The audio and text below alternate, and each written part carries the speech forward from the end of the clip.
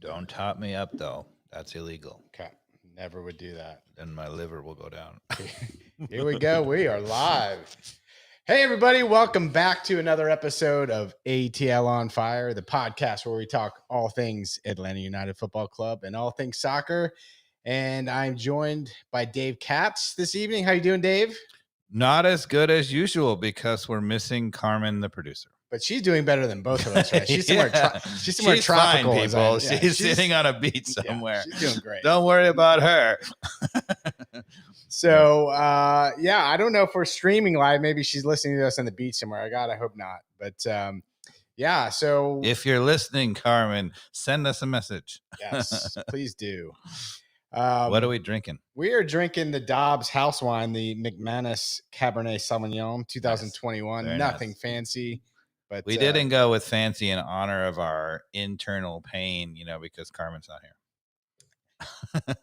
Now, speaking of wine, our good sponsors at Wild Heaven Brewery, they are sourcing some wine out of some different Georgia regions. So they're going to connect with some, Dahlonega Vineyards. But I also talked to Hayden that runs or manages the location here in Avondale Estates, and they're thinking about doing some grapes on site there, maybe do some vines. And you know what grape he was talking about? No. What are we talking about? Take a wild guess. Could it be Norton? Yeah. Yes. I think I impressed him with my trivia that this was the original native wine. Native grape in America. North America. But Hayden evidently has grown wine his whole life as well. Oh, wow. Made it as well. So I told him you guys need to connect. So we did our 4th annual harvest on Sunday. Oh, nice. So we're making vintage number 4. Nice. And once again, the production is up. So we'll be making double. We have about 48 bottles this year. And so we need to get on the calendar to do another live show at Wild Heaven here when it cools down a little bit, maybe, and get on the back patio and enjoy some. What do they say? We don't always drink beer, but when we do, we drink Wild Heaven. We do it well, too. I love that beer.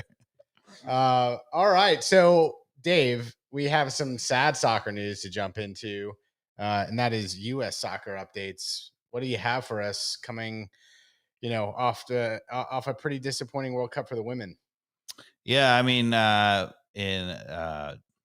apologies to Carmen, and we won't talk too much about it because when Carmen gets back, she'll want to talk lots about it. But we do feel like we need to mention the Women's World Cup, which culminated fantastic tournament. I mean, overall, the quality of the soccer was good. People were watching, although not as much in the U.S. I went back actually and listened to episodes 82 and 83, Mikey Dobbs, about our predictions. How do you think we did? I think you guys are probably pretty spot on. I think I was being a little more optimistic in terms of maybe making it at least to the quarterfinals or semifinals.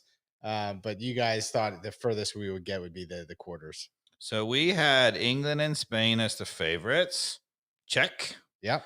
We had the U.S. getting out of the group. Check. But perhaps maybe only being second. Also correct. Okay. Check. And losing to the first good team they came up against. Round of 16, Sweden, check.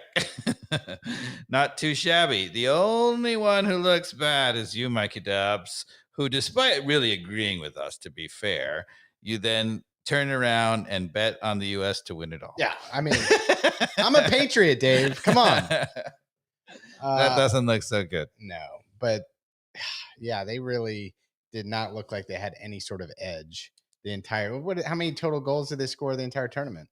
Like 3 against Vietnam. 3 against Vietnam. Then we came back and scored 1-1 against Holland, and then it was 0-0, right? They only scored 4 goals the entire tournament. Yeah. It's not a great tournament. It really wasn't good. And we were on Vlaco as being really shambolic as a coach, and he was really shambolic as a coach. He got sacked too, didn't he? Who knows exactly how, but he's gone. Yeah, he's gone. Yeah, he's definitely gone. I will say we'd be remiss if we didn't also mention this horrible thing that happened with the Spanish woman. Did you hear about this? Right, no, I didn't. Right. Literally, as she's receiving the trophy, the head of the Spanish FA basically kisses her flat out on the lips, right? And grabs her and kisses her, and he's now being rightfully suspended and all these things. You're like, dude. And this is the same guy who supported the coach after the coach was doing all this horrible things that caused, I don't know, 13 or 15 of their top players to refuse to even play in the World Cup, right? Wow. So this guy is, he's not good. Oy vey. All right.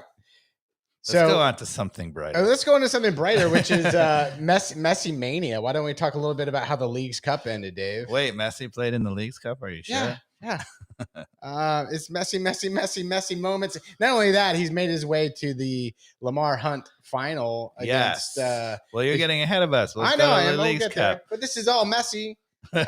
League's Cup. He's already come in, Dave. He's already delivered on what the expectation of what the GOAT does. It's one thing to have the expectation, right? It's another thing to do it and then do it and still have people drop their jaw and have like conspiracies that the MLS has set this up. It's like, no, this guy's been doing this forever, making people and teams look silly. And so why should you be surprised that Messi makes MLS players look silly? You know, I mean, so there are 34 games in an MLS season. And I'm not actually sure about Miami. I think we had 10 games remaining coming out of League's Cup. I think they might have had 11 or even 12, but it basically, they had 22 games, something like that, 23 games coming into it. How many goals do you think that Miami scored in the league prior to League's Cup? I think I know the answer to this. It's 22. It's 22. And how many goals, Mikey Dobbs, did Miami score in the League's Cup? I believe it's 22 or more. It's 22. They scored the same number of goals in 7 games as they did in 23. Right. With that's plus or minus Messi. And I mean, how many goals did Messi have? Like 12 or 13 in the League's Cup? No, it wasn't that much. If you counted penalty kicks, I think it was. Oh yeah, you can't in the penalty kick shootouts. Do those go on your tally? No, they don't. No, okay, all right. But but it was still, I mean, he's scoring over a goal a game, and the goal that he's not scoring, he's assisting on. So, good gracious. So they're last place, right, going into the League's Cup, absolutely dead last in the whole MLS, right? And they run right through. They beat all the Mexican teams. They beat Nashville in the final. I mean, they were a little bit fortunate. They got up 1-0 in the final. Then Miami did. Nashville came back and equalized, and then Nashville had all the pressure. But Messi scored their 1 goal, and then Nashville was all the pressure. Miami held on for dear life, went to penalty kicks, and 1 penalty kicks in the 11th round. The Nashville goalkeeper saved. Cost him.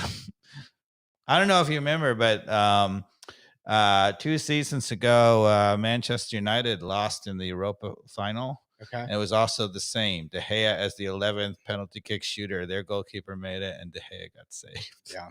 That's a tough way to go down. But it's pretty incredible. Just some of the goals he's already had, some of the assists, some of the way he's elevated a team that was clearly the worst in MLS. And how is it that 3 players can do that? Yeah, and I mean, for the most part, right? It's 3 players that came in, changed the. I mean, and Jordi Alba, you would say, look, the thing that changed, their defense was, actually, to be honest with you, the defense seems like it was really, really bad in terms of the personnel, but their defense in MLS wasn't horrible, right? They were actually they just couldn't score. Yeah. Right. And now they can, as you saw, they scored 22 goals leading into the League's Cup and 22 goals in the League's Cup. You think José Martinez is happy right now? Oh my God. I mean, he went there. I mean, you wonder what they said to him, when he went there, because people were like, how do you go to Miami to play for Philip Neville in a team that's clearly going nowhere? Right. And he went there and, like, okay, maybe he just took the cash, right? Yeah. Maybe he didn't have other options, right? Who knows? Or maybe they actually said to him that, look, we're trying to bring in Messi. Now, he couldn't have, I don't think he could possibly have known that they were also going to bring in Tata. Yeah. But, I mean, man, he goes there. They have a horrible first half season. He's miserable. Not only are they in last place, but he's hardly scoring. He's hardly doing anything, right? And then all of a sudden, right, Messi comes in, Tata comes in, and he's playing with the best team in the MLS now. I mean, like, joy, right? You know, we if those of you looking should look for us on Instagram because we have a funny meme going with our logo on the t-shirt. But talk about a turnaround. Oh my goodness, Mikey Dobbs. How did he know? Yeah, and I mean, I watched the Red Bulls game because Messi's much watched TV now, and this was after we got home from the Atlanta game because they played at the same time Right. as us the other night. But against the Red Bulls, you know, I mean, he comes in and just does phantom things, and you see this 18-year-old kid that, you know, Messi's jumping into his arms. I mean, what would that be like? All of a sudden, you're like, You know what that's like, Mikey Dobbs? You're on the last place team. Here's what it's like.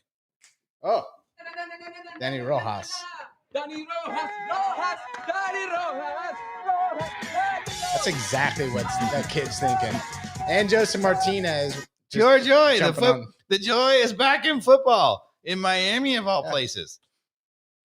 Good segue. Is the joy coming back to Atlanta United, Dave? Sure. Seems like it. But, you know, I think we got to talk about it, right? But, you know, I mean, I think I'd like to hear your take first, right? So just for those of you who've been under a rock, we go to Seattle, we win 2-0, and then we come home. Seattle, a third place Seattle team, although the West is a lot weaker, but anyway, still a third place Seattle team at the time. And then we come home against the hottest team in the league, Nashville, that made it all the way to the League's Cup final, and we win 4-0. So what do you think? What are you thinking? Well, you know, the first thing that is weird about the signings, I think 3 of the signings are excellent players from the 2 games I've been able to watch them. So we've got Silva, who's a left forward, Saba, who's a right forward, but also can play the left. He's actually a left footer preference player, but I think we're going to see him out on the right forward. And Muyamba as an attacking center midfielder. Is Saba left-footed, do we think? He's left-footed. Okay. It says it on the profile, and that's his preferred foot. But as far as I'm concerned, it's his back heel that's his preferred foot. I don't know. Yeah, he scores the 4th goal on a back heel. So he's only played 30 minutes for the club, right, in the last game against Nashville. But he scored in the first 30 minutes. So those are 3 signings. And then we have another backup striker, Thierry or something like that. I don't know what his name is. Someone correct me on the chat. But at least we have someone to fill in other than Miguel Berry. Once I think he gets his visa, he'll be ready to go. Who else am I missing? No, you got the 3 big starters: Muyamba, Silva, Silva, and Saba. So I like the players so far. So I can't knock them as being maybe talented players. What strikes me though about the signings is we're going to play 4-3-3, even though we've made. Well, just to remind you, going into when we had these signings, you know, right before this, right? Pineda made the switch to 5 in the back, right? And so, you know, there was a lot of thought going into it. We made a switch to 5 in the back. And then getting rid of Gutman, you know, means that Wiley was going to be clearly the left back. And, you know, he's more suited to a 5. So were you surprised that he didn't stick with 5?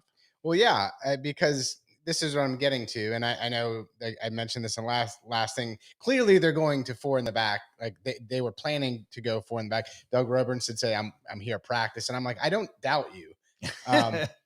I'm just saying I don't know that we should, given the profile, because here's the thing, Dave. While these are our forwards right now. We've got Mascara, Etienne, Chol, and Wolf, and then we have the 2 new starters, Silva and Saba. That's a hell of a lot of forwards. And then we've got and Almada and Gigi. No, but then and so now let me get to my worry is.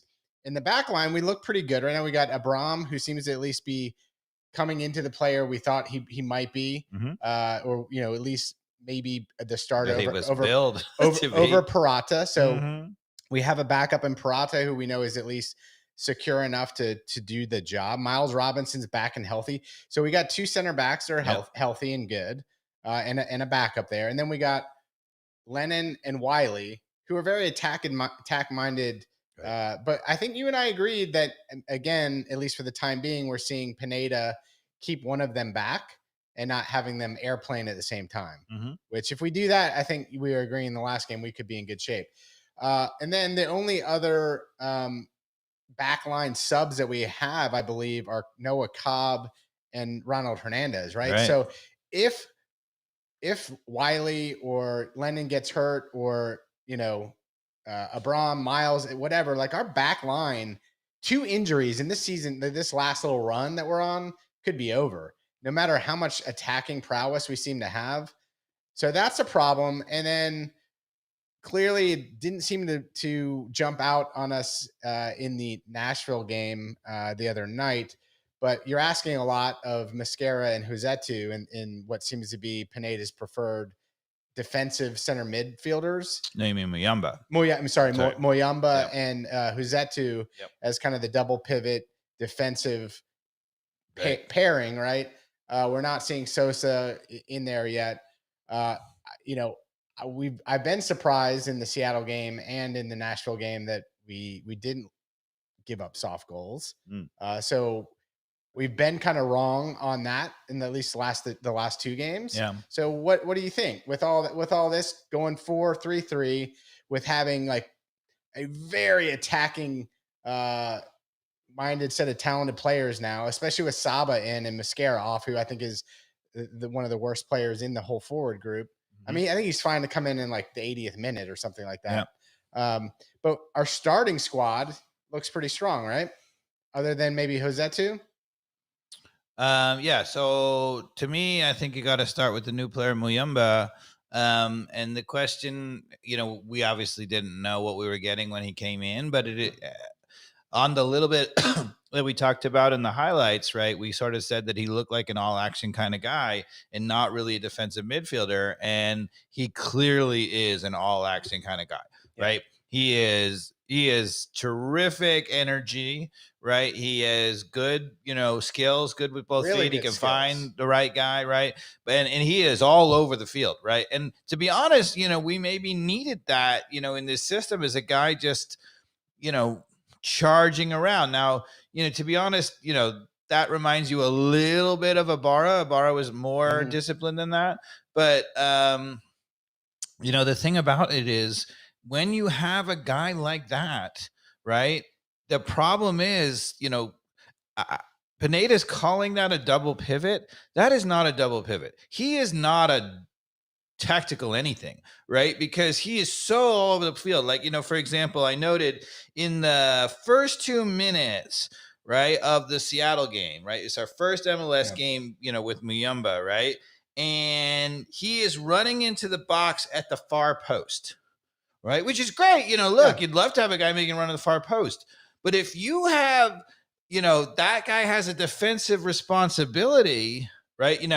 That's a double pivot is basically one guy forward, one guy back, right?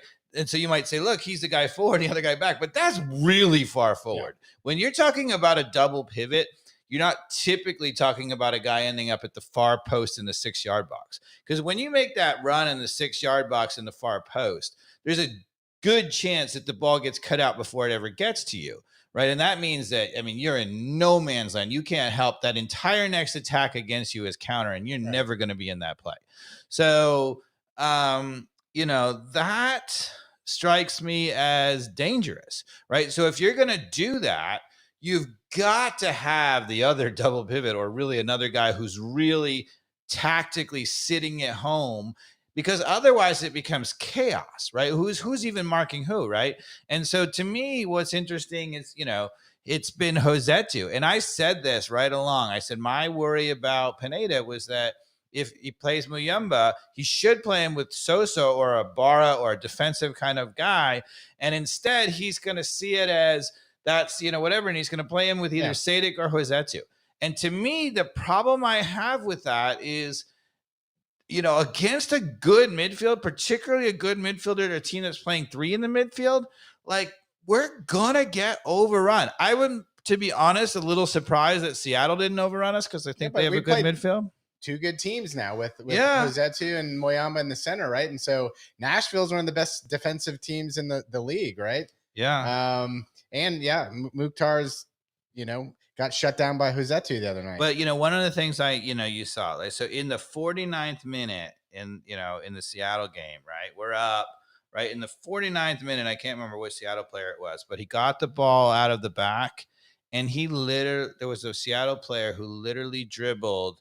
It was 45 yards straight up the middle, and nobody made a challenge. Okay. Right. And, it didn't happen very much, and we didn't get overrun in the midfield. But when you see something like that, I mean, when's the last time you saw a really good midfield? I don't know who you think is a good defensive midfield team, but have a guy run 45 yards up the middle without anybody even coming to make a challenge. Yeah. And you figure that, maybe we've caught some people flat-footed, not expecting what we're doing. Maybe we've been on the front foot.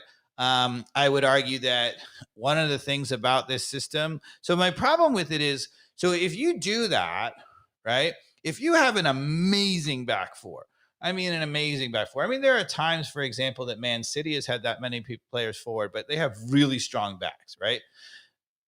I think our back four is really good, but defensively, I would not call it an amazing back four. And typically it's a back three because one of them are forward. I like the fact, we've talked about it already in this podcast, I love the fact that it's not both of them airplaning up. Yeah. So we typically have three in the back.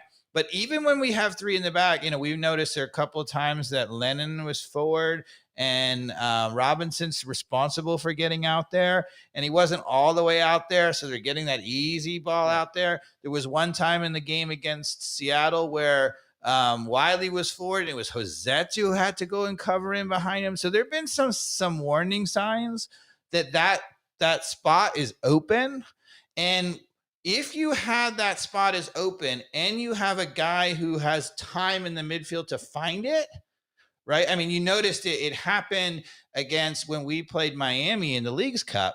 Messi dropped a little bit deep into our midfield, right? And we were like, the back line didn't know where to go with him, whether or not. Purata was like, and this is why Purata got benched.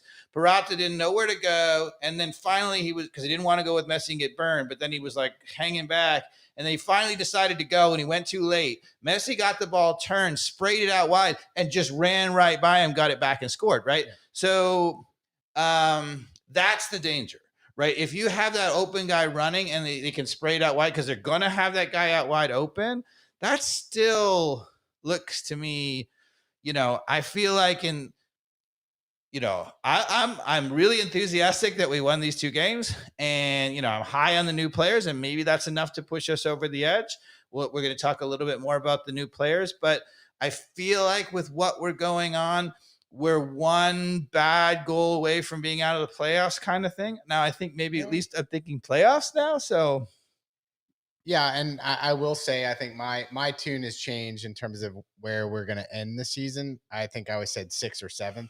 Was my original prediction. Then we did the check-in, and during the game, I think I told you I think we're going to be 4th or 5th. Yeah. At this point, just given the chemistry of this team seeming to want to play with each other. We have a very tough run in our next games. We got Cincinnati twice. We have Philadelphia. We have Columbus. Right. Yeah. These are the best teams in all of them. The last two games are tough, right? So yeah, they are good teams. So let's talk about the Seattle game. Yeah. So we go on on the road after. A pretty disheartening fallout in the Leagues Cup. We've got some fresh faces, and Muyamba kind of was. I think he played in the Leagues Cup one or two games, didn't he? Yeah, yeah. So he got a little comfortable, and then we got to see Silva in that Seattle game as well. Correct. And This is the game I believe Giakoumakis had a brace. Yep. And Almada played fantastic yet again. Yeah, so what I was going to say, my cousin who's in the Seattle supporters section, I was texting with him before the game, and it was a late game here, so I had to stay up late. But anyway, I was saying to him that, look, I thought that they were going to have the advantage because, I said, look, we're really dangerous offensively. In particular, we tend to have Gigi and Almada, and that's our thing, and that's how we scored the goals. It was Almada and Gigi, right? But I said, look, even after we got up in that game, I was texting him, he was in the stands, and I said, look, don't worry, we're going to give up some soft goals, right? And to be fair, Seattle had a couple of phenomenal chances that they should have finished. Right, that game really, to be completely frank, should have been 2-2. But right, I don't know about that. I felt like Atlanta just played way better. They deserved the win in that game. There may have been some chances for Seattle, but at the end of the day, when you look at that game, Atlanta looked pretty damn sharp. We were knocking. We looked sharp, particularly in the first half. We were definitely in the first half. I agree, and we were just moving the ball around with speed and purpose. And I was like, wow, we're not watching a typical MLS game where it's difficult to watch sometimes after you watch some EPL. Like I felt like we were playing at that level, right, where you expect a MLS team to be, like a, Bournemouth or something like that. Even though MLS got ranked 29th in the world rankings of all leagues, but I was just happy to see crisp soccer when I tuned in to Seattle, especially late at 10:30 on was it Sunday night or whatever it was. And I was happy, and that's what I am hoping.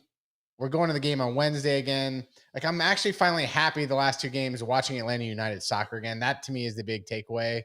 I felt like in the Seattle game we played well, but really the big chances came from sort of like set piece, Almada to Gigi or whatever. I didn't feel like we were just flat out opening them up so much. In the Nashville game, on the other hand, I mean, we opened them up. Yeah. But routinely, the Seattle game was always going to be hard, right? You got Pineda against his old protege. Well, and on the road. And, again, you're traveling after a disheartening tournament. I mean, we're going to have to kill our formula, right? Because Pineda never wins on the road against a good team.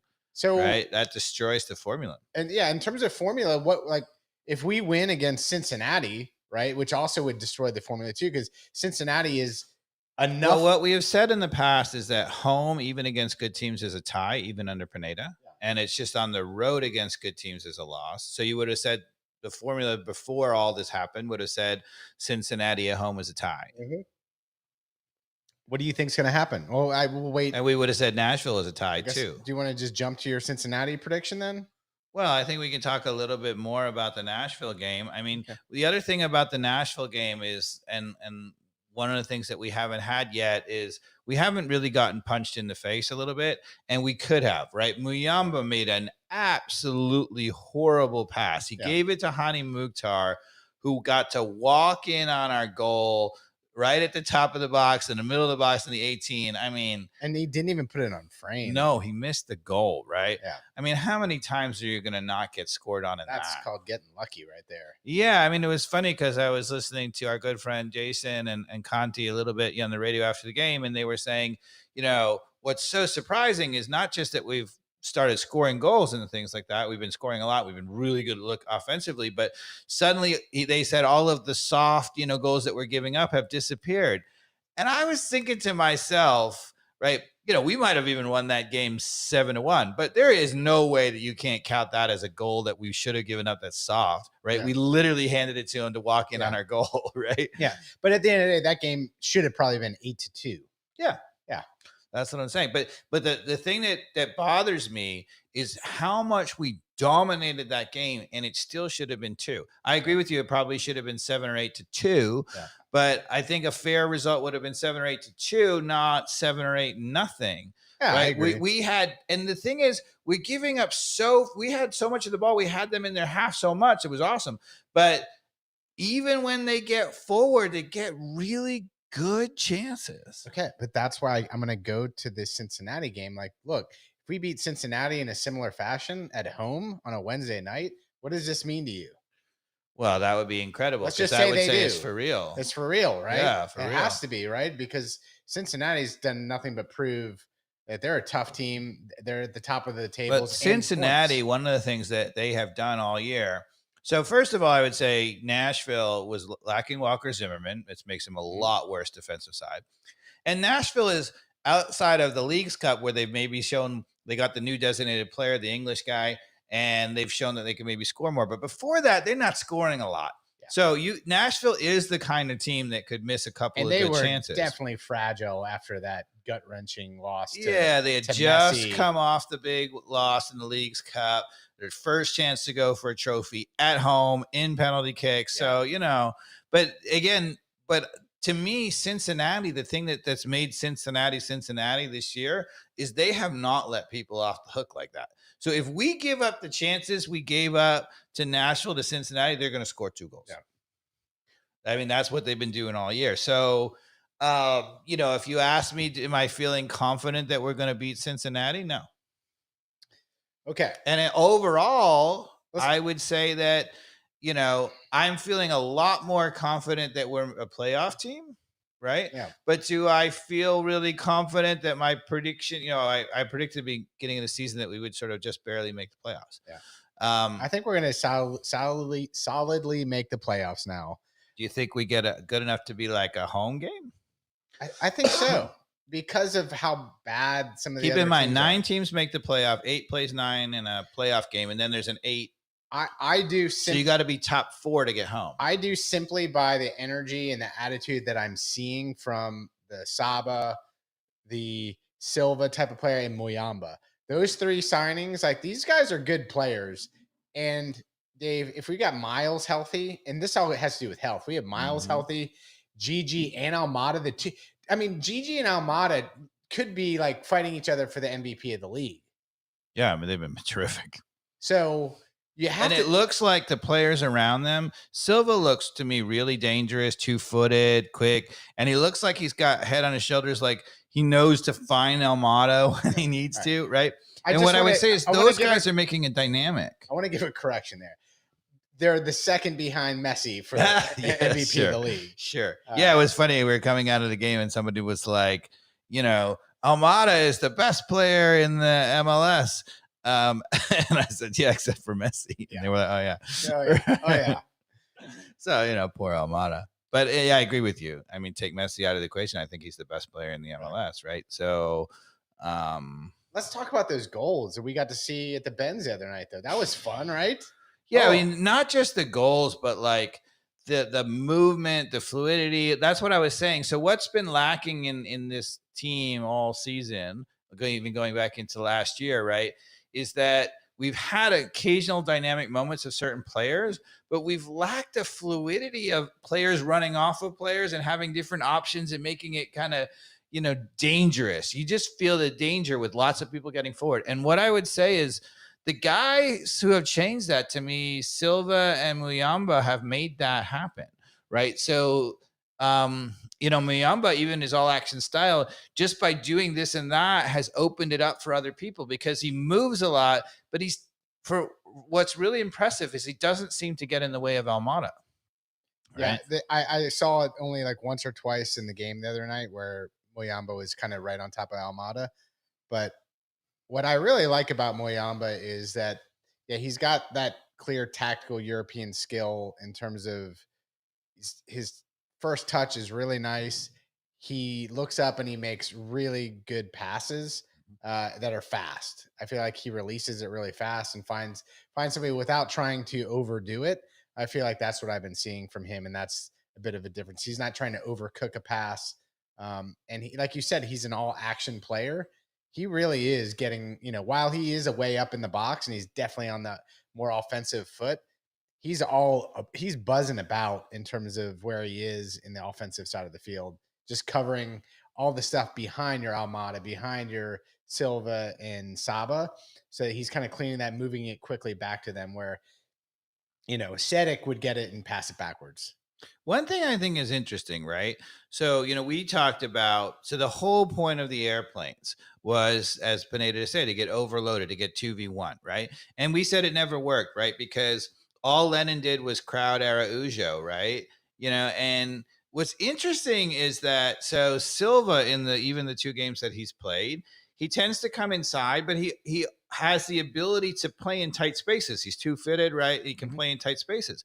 So now Wiley overlapping on him is creating that 2v1 because he is naturally coming inside. The interesting thing is the one that shouldn't work, right? Is what we saw with Lennon pinching in. Yeah, with Lennon was running into Araujo the whole time, and then Araujo had nowhere to go. right? What's interesting is, so first of all, Mascara is the first player to play not inverted. Yeah, but we never saw Pineda make that coaching move with Josetu or with Araujo, right? Where he pinched him in like that. I don't get it, but at least it was something we got to tell the audience what we're seing. So what happened last night, or no, was it last night? No, against Nashville. Saturday. Sorry. Was Lennon, when he went forward, was actually running to the middle of the field, right? He was running inside. He was underlapping, what they call that. Right middle. And Mascara was basically hugging the touchline. Mm-hmm. So he was giving Mascara the whole room to run. And Mascara's honestly a poor man's Araujo. He's super fast, and I think he's not nearly as skillful. Yeah. What's nuts to me is we've been saying the whole time that Araujo needs space, right? And the only way to do that is to stop Lennon from going forward or to have Lennon go inside. Right. And now he wants to do it for Mascara? Yeah. Where was that with Lennon? Yeah. And look, where was that with Araujo, I mean? And Mascara, man. Boom, shakalaka. Thank you, Dave.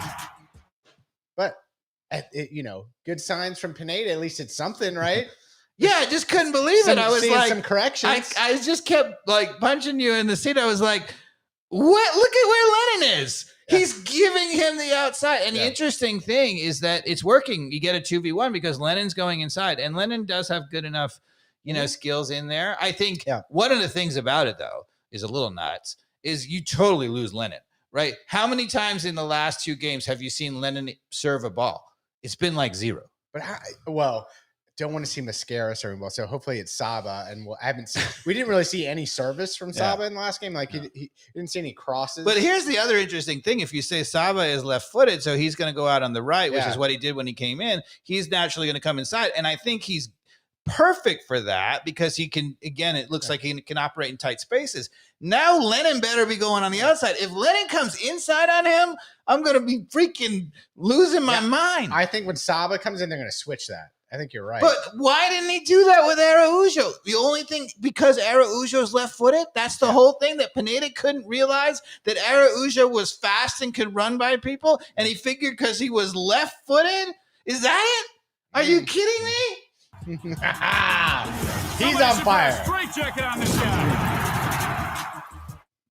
See, Carmen, he's heating up. If you're listening from that island where we are, I've got control of the buttons, people, Dave, which is not necessarily a good thing. Has lost it. So here's the thing, right? So what it says to me is that Pineda thought Araujo was comfortable inverted, and because he was left-footed, Lennon was going on the outside. As soon as he put Mascara, who's not an inverted winger, in there, he said, Lennon, you're going to crowd his space, and you go inside. And he could never see that he was crowding his space the whole time. Yeah. Just because he's freaking left-footed? Is that it? I mean... But now what is he going to do when Saba starts? Well, so what I would say is Saba then cuts inside and Lennon goes back to the outside, he would imagine. But... what's changing then? Because he's saying now that's an inverted winger because he's left-footed again. So he should go right back to Lennon being on the outside, which I think would probably be the right thing. Yeah. Because Saba looks like you want him in that tight spaces cutting in the middle because he can combine with other people. Araujo, when he came in the middle, he just had nowhere to go, and he loves to push the ball 5 yards and run, and he was just had nowhere to. He was. We always talked about he was like a Ferrari in like a parking deck or something, right? He couldn't go. Yeah. Right? So I think seeing Lennon go out there where we saw Mascara the other night. And obviously Mascara cannot deliver a ball. He really struggles with that final decision. Yep.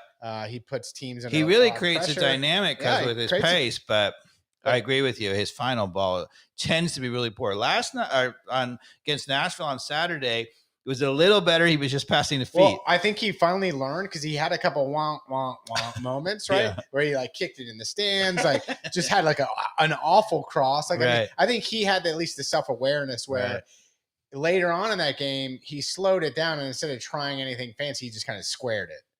Like a little simple pass, in where hey, at least I'm going to get it to another foot of a player like Almada or Gigi or whomever who can just continue this thing on and not have the fans. And you know what happened with Zande Silva and Saba available? You know who didn't come on the field? Who did come on in Seattle but didn't in Nashville? I don't know. Wolf came on the other night. The guy who came on in Seattle who didn't come on against Nashville, Miguel Berry. Oh yeah. Whew. And that's How what's did I- nuts to me. Even in Seattle, Yeah, when that's we 'cause didn't Saba. have Saba and we didn't have, so he wasn't available, then he went right to Miguel Berry as the backup, right? Well, once we have this other striker, Please. hopefully we won't see Barry again. Yeah, hopefully you'll never see him Yeah. again. I don't understand. I mean, Etienne is gone, right? Like Yeah. he's not playing anymore, right? Like He's bad. he's not good. I agree. You know, well, I don't know if he's bad. He's mediocre.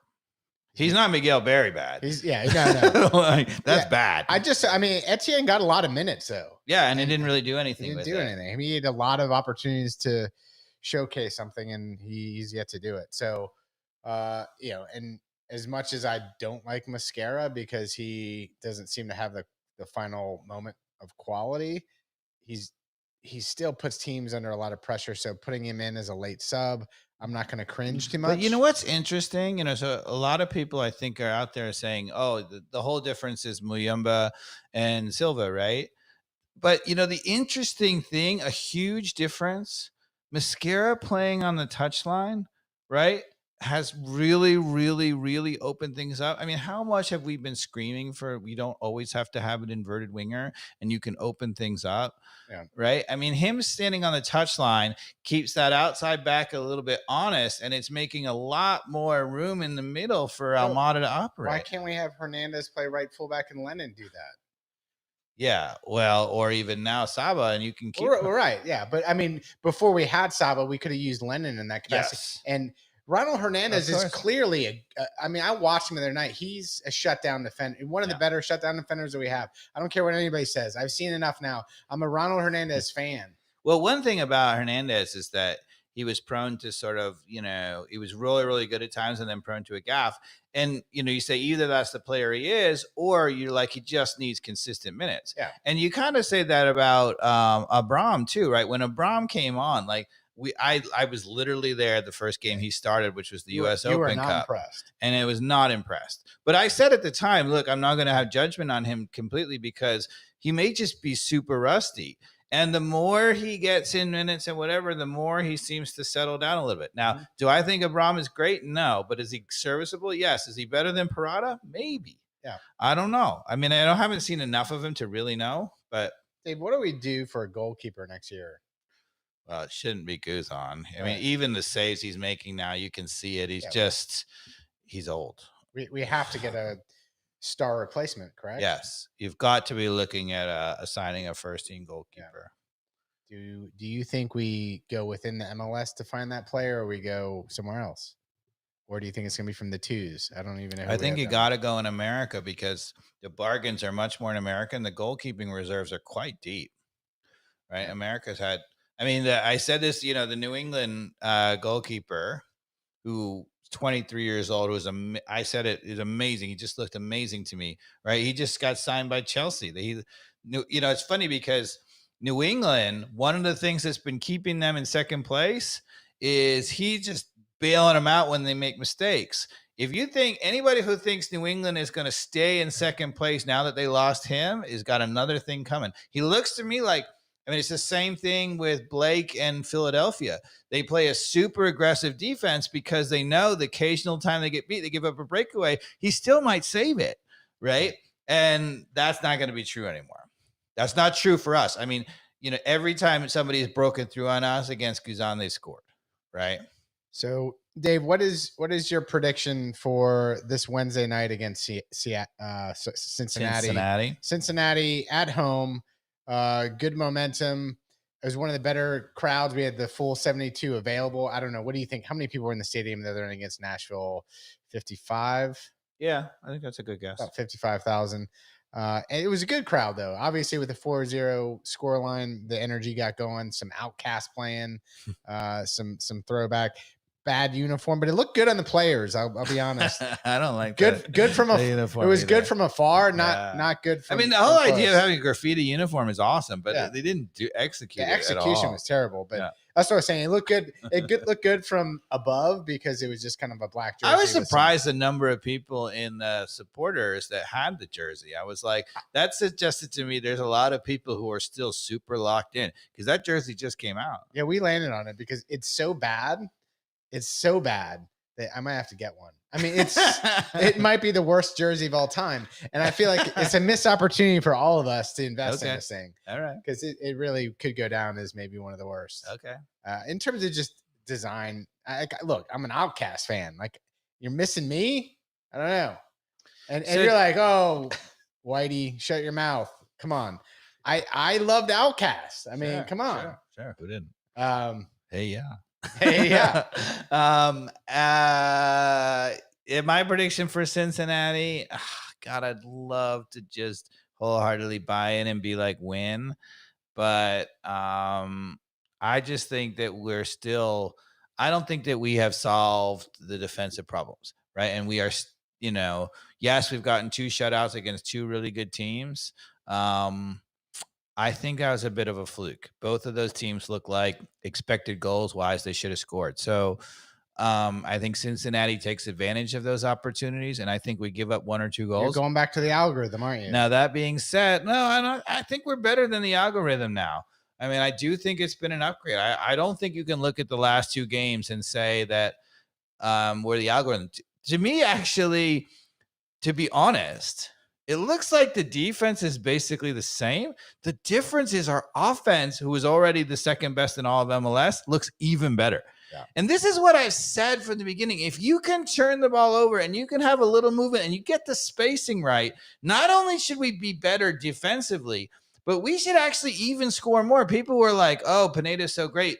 And we scored all those goals. We have relied a ton on Gigi and Almada and free kicks. These are not open thing goals. We have not looked like the top scoring team in the league, even though we've been getting away with real free kicks and set pieces, which is awesome. If you can do that, that can really bail you out. But if you can do that and you play well on the field, now suddenly you can start scoring the 3 goals a game. Yeah. And that looks to me like where we're at. So I think that against the bad teams, we look like a team that can score 3 goals on anybody. But a Cincinnati's better, and I would say we give up 2 goals, and so I have a hard time feeling we're going to score 2, so I'm going to go with 2-2 tie. I'm going to go either a 2-1 win or a 3-1 win by Atlanta. Okay.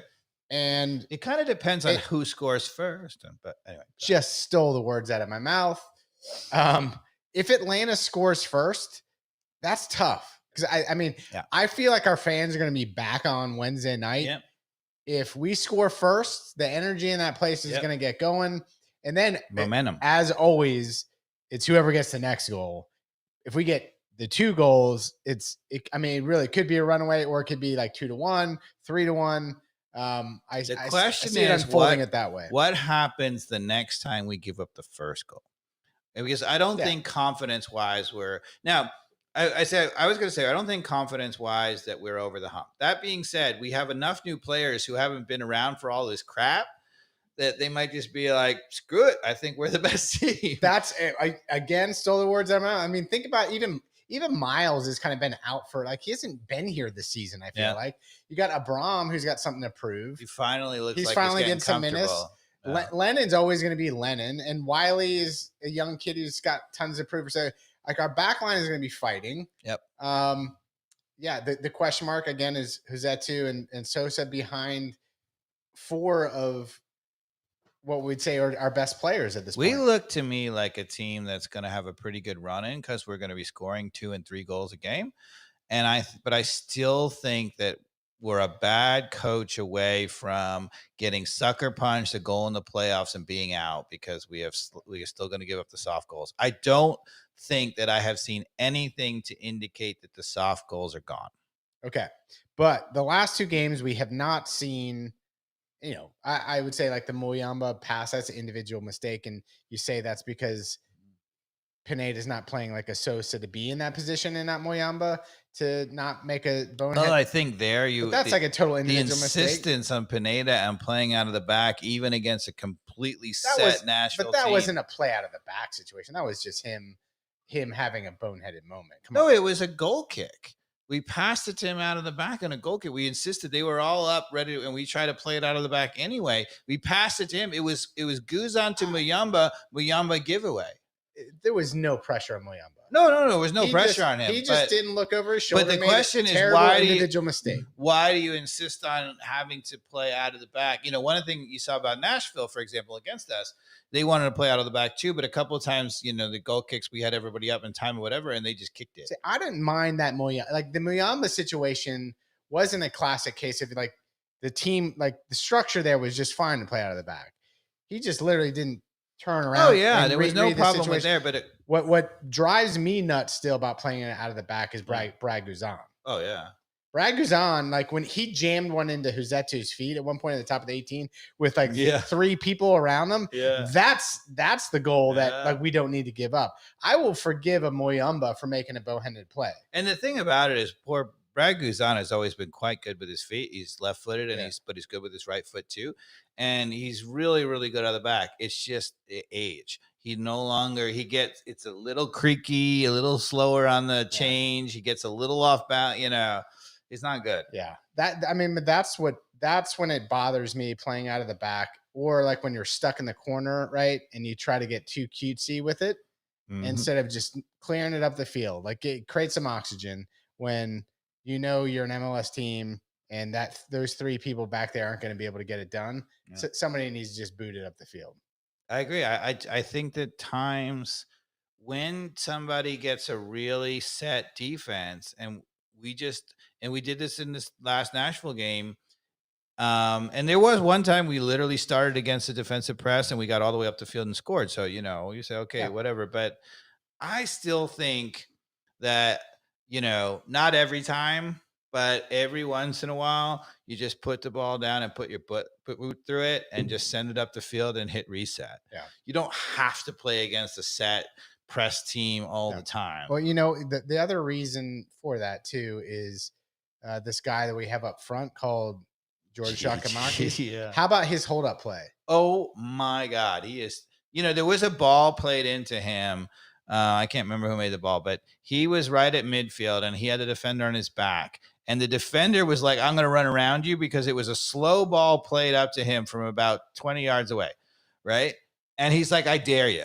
Yeah. Right? He's like, I dare you to try to run around me, and held him off with his back. Right. Because he's like, if you try to run around me, I'm going to put my body in, keep you over there, and I'm going to be able to turn and go right off to goal.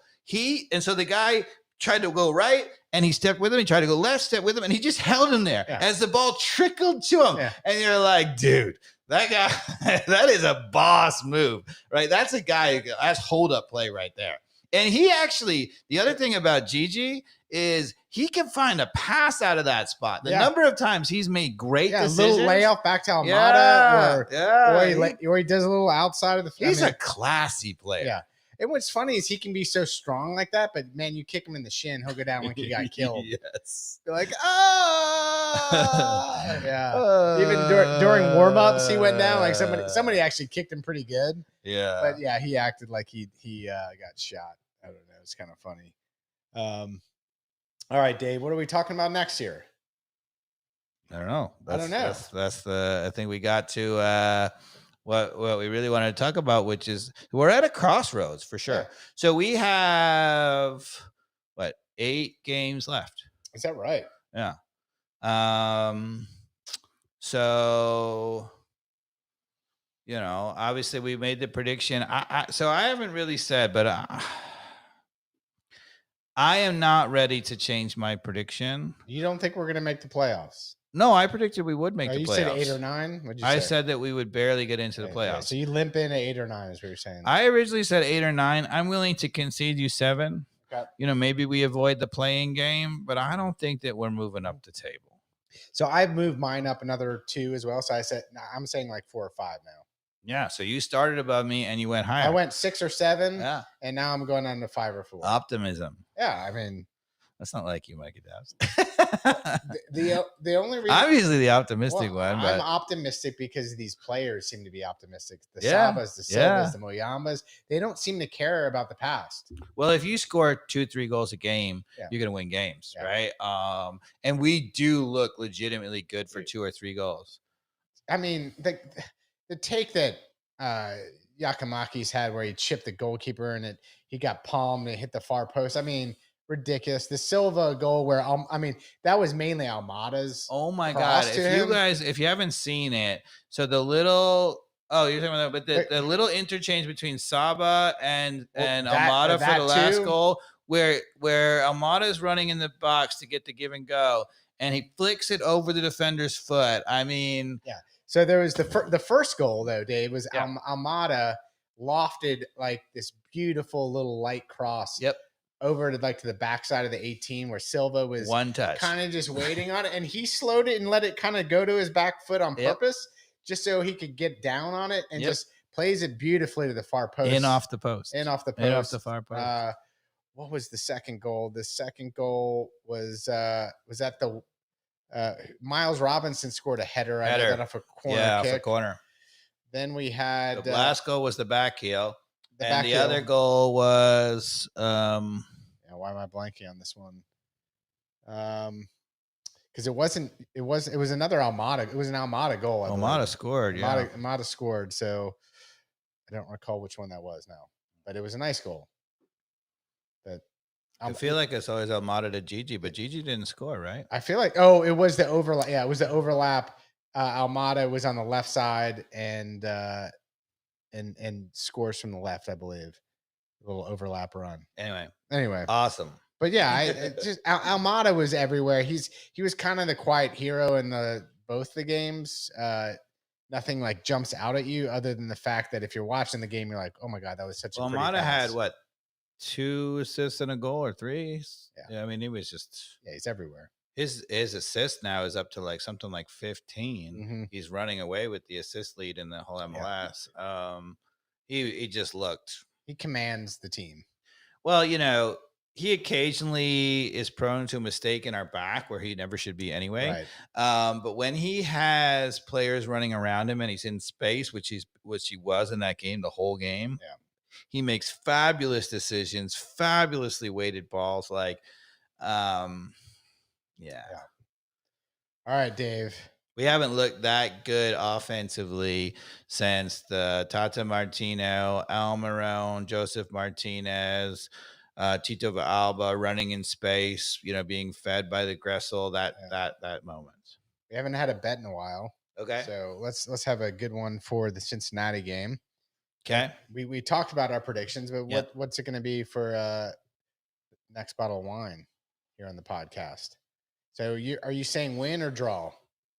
I said draw, but I don't think the bet should necessarily be about that. But I guess if you would say that the big games we have coming up, the 2 Cincinnati home and away, Philadelphia, Columbus, which honestly, if we're going to move up the table, if we win those games, we move up the table because they're all ahead of us. I like the straight up bet. You're saying draw on Cincinnati, and that's Wednesday night. This is close. Okay. So I'm going to say win. But what do you say about those 4 matches? You really confident that we turned the corner and we can get, let's say, I mean, I'm not saying you're going to predict 4 wins, but if we get a couple of wins and avoid a loss, if we beat Cincinnati, I think we have the real deal. Let's say if we beat Cincinnati, you still expect us to go on the road and beat them also, or no? When we play them away, yeah, that's awful. So I would say, because if we can beat them at home, I feel like it's the same. Our problems are our problems in terms of what we've had in the past. I feel like if we even solve it at home, like the energy of this team is going to start to kick in at the right time of the season. If we lose on Wednesday, I'm going to be like, man, we're kind of right back to square one. I think Cincinnati, Philadelphia, and Columbus, who are all excellent attacking teams, way better offensively than Nashville or Seattle, right? I think they score goals on us, and it kills the momentum. So I'm going to predict that we don't finish above 500 in those 4 games, that we don't move up on those. We might hold even, right? Basically, we go 2-2, or, 1 win, 1 loss, and 2 ties kind of thing. For hold serve. Which stretch is this? You're saying It's the 4 big games remaining. The 2 Cincinnati's. I think we play New England too. Maybe we should pull up the schedule. But I don't think we beat New England. I'll just put that out there. Why New England as opposed to Philadelphia? Or I don't think that Pineda can beat Bruce Arena. I just think he's. But with the goalkeeper gone, I mean, geez. All right, so we're gonna go. Let's stop messing around. Ready? Yeah. Okay. So we have Cincinnati. We have Dallas, right? So Dallas is on the road. Then we have Miami at home. That's with Messi. Yeah. It's a tough game. DC United, Montreal. DC United is not great. Montreal, that's at home. Philadelphia on the road. Then Columbus at home, and we finish with Cincinnati on the road. Those are all really tough games with the exception of DC United, although that's on the road. I mean, Dallas is a good team. Cincinnati's a good team. Inter Miami, you would say, is not a good team, but man, look at them under Messi, right? That's a good team, right? So you're looking at that schedule, and you're thinking we're going to go on a run against that? It's tough. New England's tough. Cincinnati's tough. Even Houston, or was it Dallas? Dallas. Yeah, Houston's a better team than Dallas. Dallas isn't so great, right? So we should be able to beat Dallas on the road, right? No, I think Dallas is decent, right? I mean, they've been playing much better, right? So Dallas is 8, Houston is 5. Yeah. They're about the same. They're both playoff teams, right? But I mean, the only team that we're not playing who's not a playoff team at the moment. The only team that's out of playoff, well, DC United is 1 out of it, but is Miami. But would you call Miami a weak team anymore? I mean, no way, right? So we don't have to play New England, so that's good. We don't have to play Orlando; they're pretty good. But I think, to me, over the last month or so, the best team in the MLS has probably been Columbus.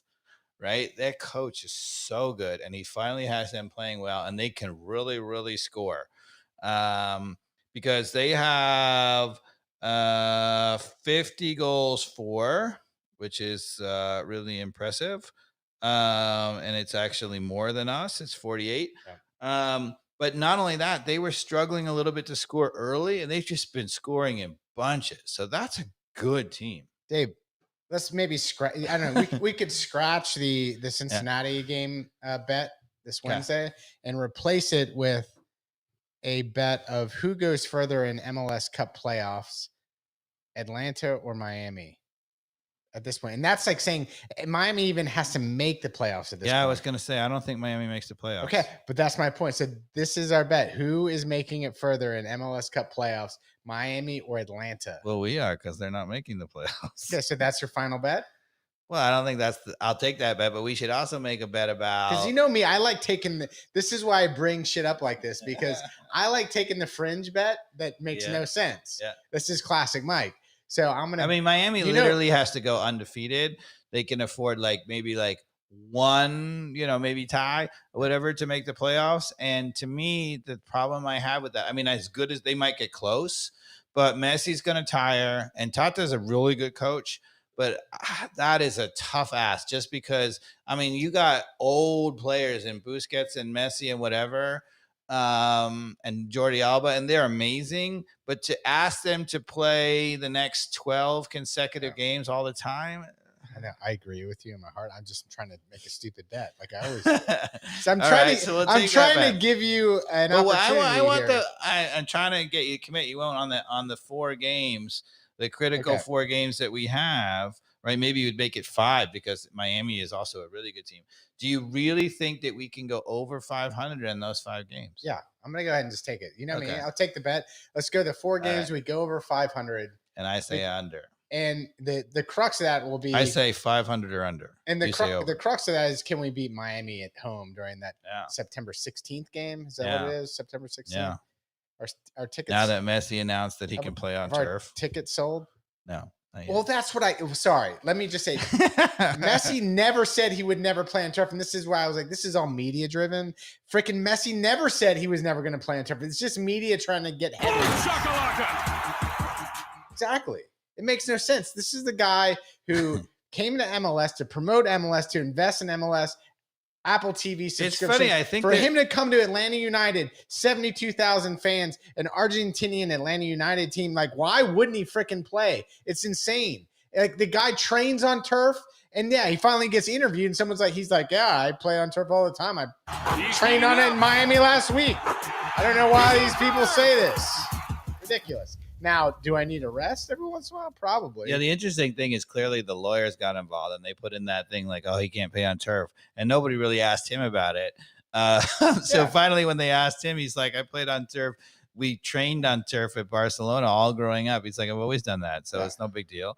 Right. And his lawyers are like, no, you got to get her. I don't know. Yeah. All right. So there we go. We got our bet. The next 4 games. We got 2 bets. We got 2 bets. What are the 2 bets? The next 4 games, or the 5 games we talk about it. Cincinnati twice, Philadelphia, Columbus, and Inter Miami. Okay, so the next 5 games. Yeah, it's good to say 5 because when you're taking 500, it's good to have an uneven number. Okay, I like that. So over 500, you win. 500 or less, I win. Okay. And then who's going farther in the playoffs, Miami or Atlanta United? It can only be one or the other. I'm not going to take both those dumb bets. You're not going to take both dumb bets. All right. I'll take one dumb bet. All right. Well, yeah. And you're just on record. If Miami is going farther. Yeah, I am just on record. Miami, like, gosh. But honestly, I think they put all their eggs into winning the Lamar Cup. 2 trophies from Miami from coming. They got one more game to win the Lamar Cup. They just got the final. Yeah, and so he has to play that game. He has to play, 90 minutes to win that game. It's written. I mean, they're winning that game. Yeah, right? He's going to have to, if you're a Miami fan, take 2 trophies in the first month. Bet in Vegas on this? Like, I mean, it's going to happen. I mean, I think so, yeah. Come on. Yeah. So, I think Messi, Atlanta United, the joy is back in football. Danny Rojas. All right, everybody. Thanks for listening to another ATL on Fire podcast. And if you see Carmen, you're clearly at the beach in some awesome place. Take care. Good night. Thanks, everybody.